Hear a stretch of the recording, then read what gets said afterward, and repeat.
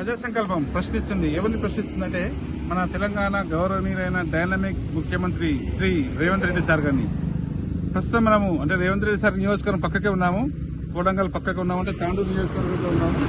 ఇక్కడ ఎదురు కనిపించే కొంచెం ముందుకంటే మన ముఖ్యమంత్రి సార్ గారి నియోజకవర్గం. ఇప్పుడు మన తాండూరు నియోజకవర్గం, ఇది కాకినాడ నది అండి. కాకినాడ దగ్గర ఉన్నాము. అంటే ఈ వీడియో తీయడానికి ముఖ్య కారణం ఏంటంటే, ఈ వీడియో తీయడానికి ముఖ్య కారణము ఇక్కడ ఈ నియోజకవర్గంలో రైతు వేదికలు ఉన్నాయండి. అంటే రైతులు వడ్లు పండించినప్పుడు అందరూ కలిసి ఒక దగ్గర వేసుకుంటే మన అగ్రికల్చర్ డిపార్ట్మెంట్ వచ్చి వాళ్ళు కొనుగోలు చేస్తారు. అయితే ఆ రైతు వేదికలకు చాలా ఇబ్బందులు ఉన్నాయి. మేము గతంలో ఇదే నియోజకవర్గంలో ఉన్నా, అంటే ఇక్కడ బెన్నూరు దగ్గర యాలాల్ మండలం, అక్కడ యాలాల్ మండలం దగ్గర ఒక రైతు వేదిక దగ్గర రైతుల సమస్యల గురించి మేము అప్పుడు ముఖ్యమంత్రి గారికి, ఎంపీ విశ్వేశ్వరరెడ్డి సార్ గారికి, ఇక్కడ నియోజకవర్గ ఎమ్మెల్యే గారి దృష్టికి తీసుకెళ్లాము. దయచేసి అంటే ఇంతవరకు కూడా ఏం చేయలేదు, మేము వెళ్ళి చూసాము.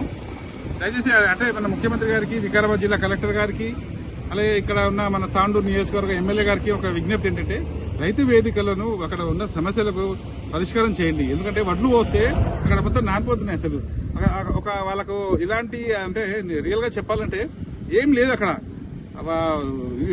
అంటే వెహికల్స్ వెళ్ళడానికి కూడా వర్షాలు పడ్డప్పుడు లేదు. వాళ్ళు నష్టపోతున్నారు వడ్లు కొనుగోలు కేంద్రం వద్ద.